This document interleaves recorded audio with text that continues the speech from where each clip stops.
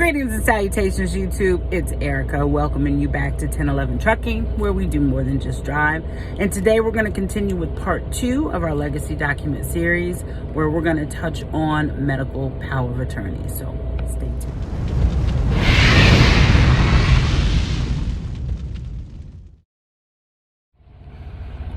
All right, let's get right on into it.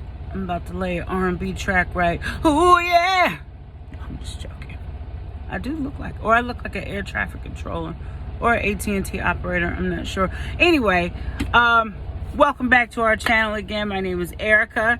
This is 1011 Trucking, where our mission is to provide you with valuable content to help you do a couple of things. One, hold yourself accountable to achieve your desired results.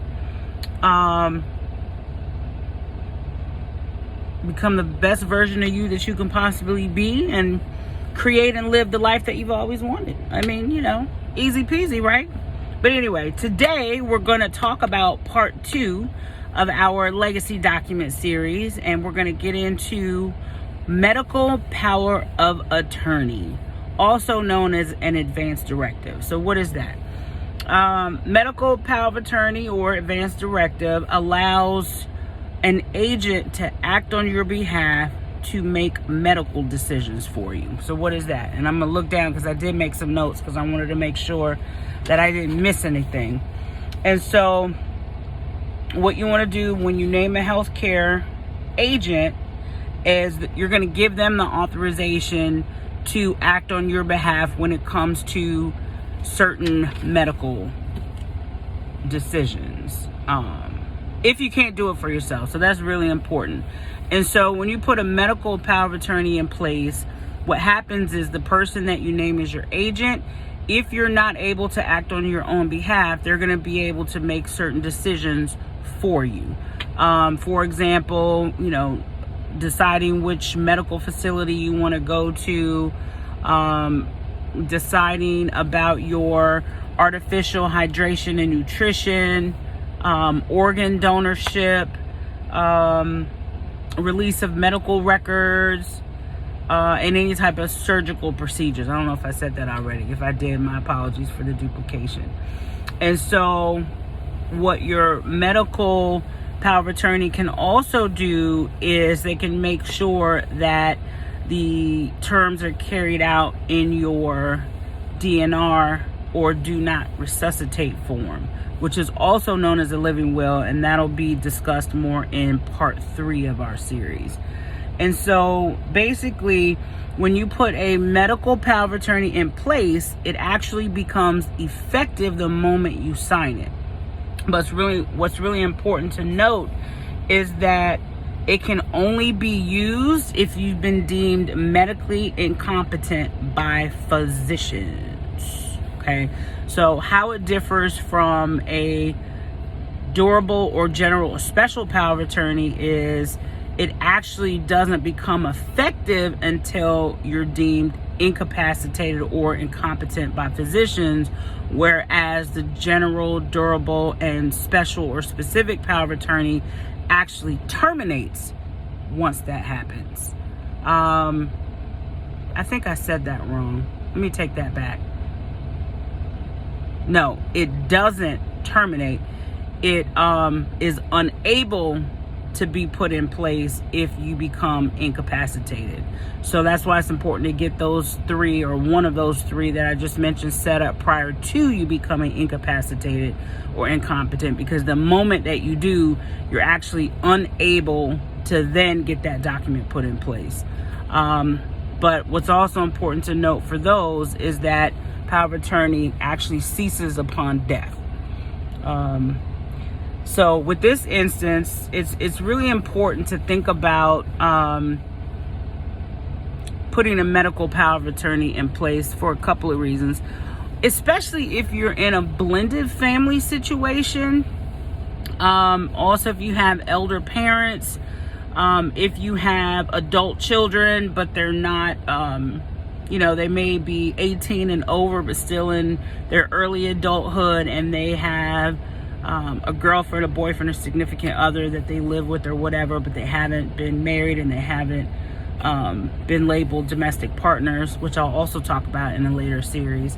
So it's really important for us, especially as parents, to make sure that we have certain things in place for us and that we have certain things in place for our kids, even though they may be adults, especially just sharing that information with them, because I have seen some situations where people have been off the chain when it comes to certain things. And I find that when it comes to certain elements, i.e. money tends to alter people's perception. And so when it comes to, inheritance and things like that, that's why it's critically important that we put these types of things in place. But just to make sure too that we have somebody that's able to act on our behalf, to be our voice if we can't speak or think or do for ourselves. It's really, really important to have the power. It's important to exercise that power while we can, to say that, yes, I have named this particular individual that I chose to act on my behalf. Super, super important. It's really great too, just to have that documentation in place for husband and wives, or some people don't want to get married, and that's cool. But if you have a significant other that you spend a significant period of time with, who is your person, that document gives them the legal authority to act on your behalf and make those decisions. Because oftentimes, where I've seen it in the blended family situation, is that the boyfriend or the girlfriend or significant other will be in the hospital with the individual, and they're not legally authorized to make decisions. So the next of kin would be the one to make the decision. And hell, that could be a current husband or wife, but there's a separation situation, so they would get to make the decision. Or it could be an adult child to make the decision on behalf of the parent, not necessarily the boyfriend or girlfriend. So there's a variety of situations that really could alter the legality of a situation if these legacy documents are not in place. So, I'm a firm believer in that the more you know, the better informed that you'll be to make these critical decisions. And a lot of people don't know these documents are out there, So this advance directive, again, gives you the opportunity, to name an agent to act on your behalf who's authorized to make medical decisions for you. And then the other piece to that, and again, we'll talk a little bit more about it in a later series, is the do not resuscitate, or what's known as the living will. And, that could be really, really important to have in place also, because if you run across a situation or you're on life support and, you don't necessarily want to be artificially kept alive, that document allows you to decide what happens next. So, again, we'll talk about that in a later video. But the other piece to power of attorneys that I want people to know, sorry about that, is that it's important to know how to sign on someone's behalf once you become a power of attorney. So let me tell you what you cannot or should not do.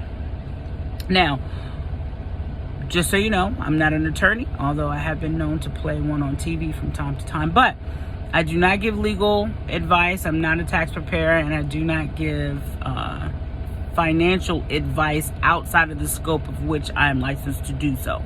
Having said that, the signatory is very important, because you cannot sign somebody else's name. You just can't do that. That's what's known as forgery. Don't forge somebody's signature.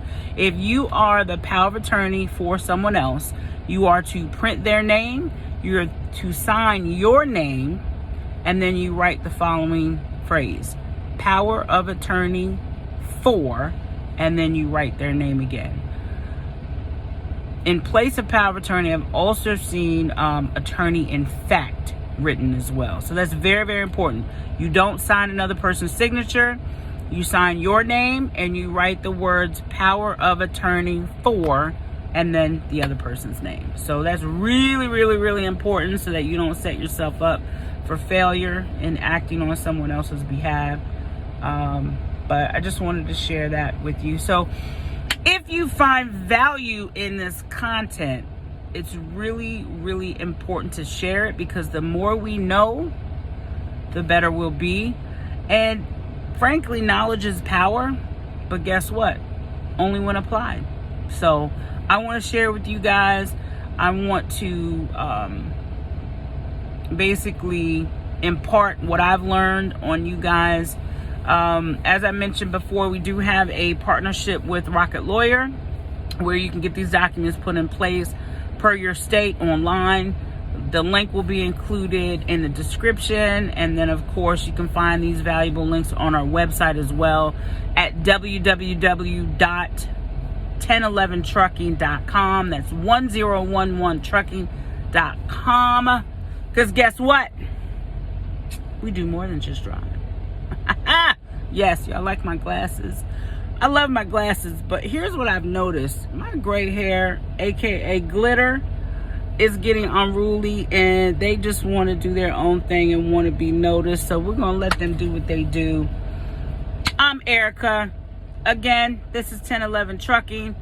I want you guys to have a beautiful day. Be kind, and make sure you like, share, and subscribe, and leave us a comment. You know, I'm always curious to find out whether or not, you know, there's other things that I may have missed that are in place. So feel free to, you know, write a comment if there's something that you know of out there that you think would be valuable. Let me know. I'd be happy to talk about it, because I do like to hear myself talk. Yeah, I do. But I love to share at the same time. So y'all get into my headset. It's not an R&B mic like some of the folks have, you know, Law. Happy birthday, by the way. I had the pleasure of spending 4 hours on your show with you to celebrate your birthday. So, buddy, happy birthday to you. Wishing you many, many, many, many more. Trucker Brown has a whole studio set up, so I'm not there yet. But trust and believe, I'm on your heels, player. I'm on your heels. And I don't know what's going on with Just Phil. His is just, his setup is just ridiculous with his mic and his computer and his camera. And so I aspire to be great just like you guys. So keep it moving, keep it trucking, and as always, just be you and do the best you can. All right? Take care.